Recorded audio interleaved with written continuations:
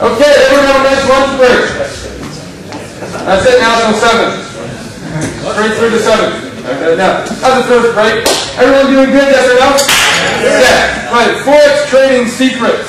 Okay? We're going to go through what we call the 9 secrets of trading consistently. Okay? Everyone in the room is looking for consistency within their profits because remember, consistency equals security. Okay, what we're looking to do. A small percentage of a lot of money equals a lot of money. A lot. You guys sound a little bit dead. A lot of money.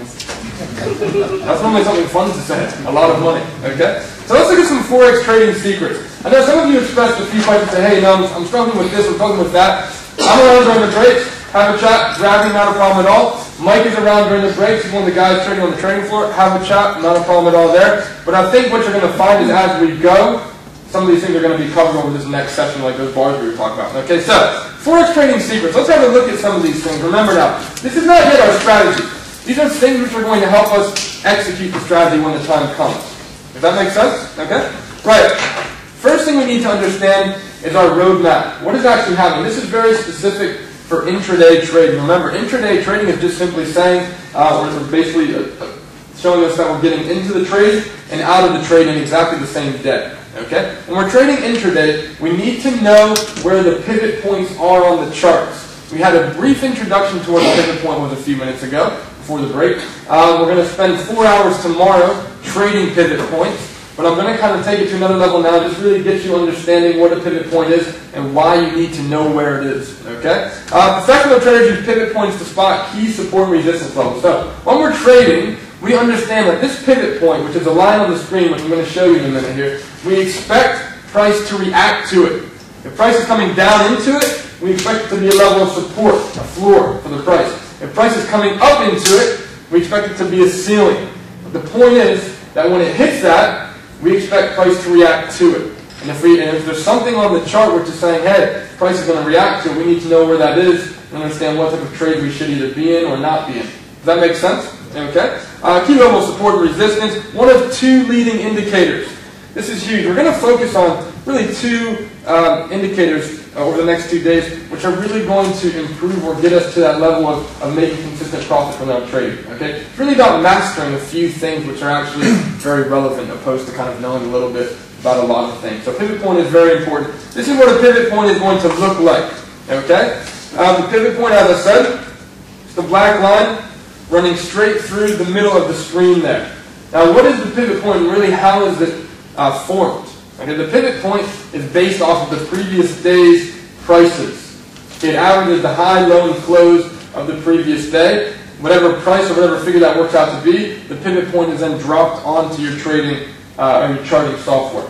Okay, and again, you expect price to bounce off that. Why does this work? Why does price react to this? Trend. Everyone's looking at it. Everyone's looking at it. Okay, it's just recognized as being significant, and therefore everyone's trading off of it. Self-fulfilling prophecies, the greater the participation, the stronger the trend, the more the move is going to be worth considering. So, pivot point is running to the middle of the screen. Pivot point is going to come with its associated support and resistance levels. So you see, R1 is the blue one on top of it. That stands for resistance 1. R2 is the red one, resistance 2. Remember, resistance is just simply a ceiling on price. And you have S1 and S2 on the bottom. For the moment, we're just focusing on the pivot point. Tomorrow, we're going to talk about how we use all of these things to generate profitable trades. Okay? So we expect price to react to the pivot point, so we need to know where it is. So in other words, you may be trading a strategy which is not the pivot strategy. Okay? But you need to know or expect price to react to that point so you can make some informed decisions as to really what you should be doing and how you should be managing the trade which you're in. Okay? Does that make sense, everyone? Yeah? Yes or no? Yes. Okay. It's a roadmap. That's really what we're looking at. It's a roadmap to help us understand where the price is and what it should be reacting to. The second thing when we're trading, has anyone ever scalped the Forex market? How much money have you made? Okay, it's not the best. It's not a way to make money trading the Forex market. Okay, Scott, we call it a mug's game. Okay, the Forex market is too volatile for that type of thing. We want to be trading position trade. We want to get into a trade. We want to understand probability. We want to understand the direction of the trend, and we want to trade with that trend. A lot of scalpers, I know this one guy was talking to me, he said, hey, you know what? We're going for 3 pips a day scalping. But man, it's going to take you a while to make any money from that thing. said, where's your stop loss? He said, it's in my mind. Or dreams. Or dreams. It's in your mind. He said, yeah, it's in my mind. So let me guess, you don't make any money trading. He said, exactly right. Okay? We don't want to be scalping. Okay, scalping is not high probability. You want to go for chunky moves. Something that's going to drop 75 to 100 pips into your account. Okay, it's going to grow your account. It's not trading greedily, but it's trading professionally. Does that make sense? Okay? So we're not going to be scalping. You can't scalp the Forex market and make money. I'm telling you that right now. You might place 2 or 3 nice trades, but a loss will wipe all that out very, very quickly. It really comes down to the positioning of the stop loss. So on the contents yep. of the course, I'm sure on day 2 it said something like advanced scalping techniques. And then I'm going to cross that out when we get to it. Okay? It's basically, if you ever do anything with Forex trading or anyone's teaching, everybody's like, don't scalp, don't, anyone who knows what they're doing, don't scalp, don't scalp, don't scalp. Use a scalp.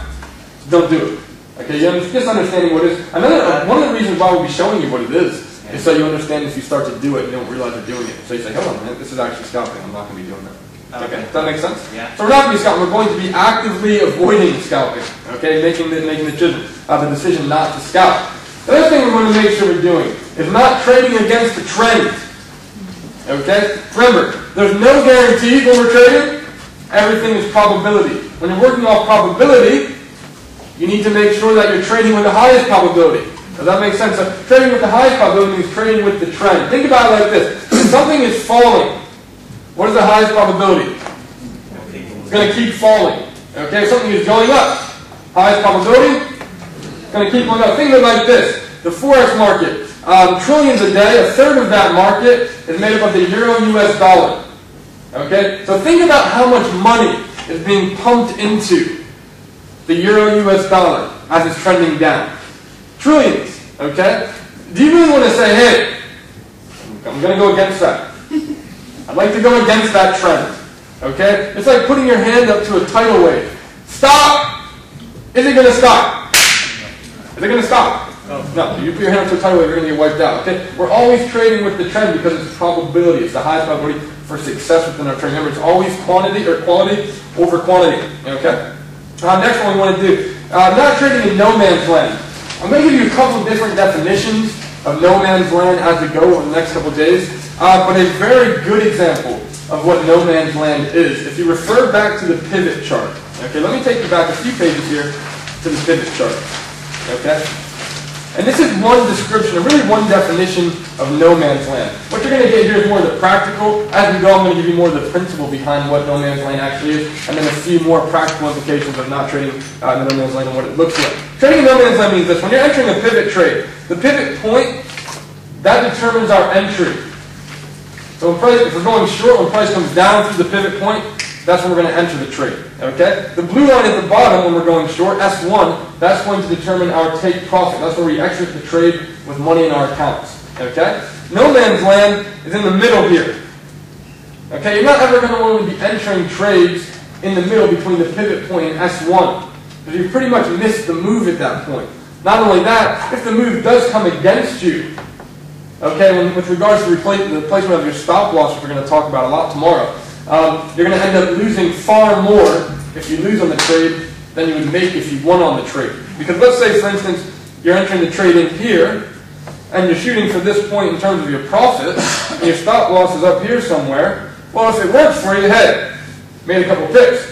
If you lose on the trade, hey, you lose a lot of pips. And your risk reward is way out of whack. Okay, so we got to make sure that, hey, when we're entering the trades, we've got to make sure that we're entering at the right points. In other words, if you wake up in the morning at 6:30 and you're ready and you're primed, you sit down and you say, hey, man, I was 5 minutes late. Wish I would have been up 5 minutes earlier. If I wouldn't have made the coffee, I could have got into this trade. Well, you just missed it that day. Does that make sense? Because the last thing you want to be doing is saying, hey, you know what, I'm just going to jump in this thing anyways. Because if I would have been here, I would have been in it, right? Therefore, I can do it. Okay? That's not the idea behind it. The idea is entering the trade at the right time and not entering trades when you're in a place, what we call no man's land, a place that you should not be entering your trades. And I'm going to give you some more practical examples and actually how we use that with regards to moving averages as well. Okay?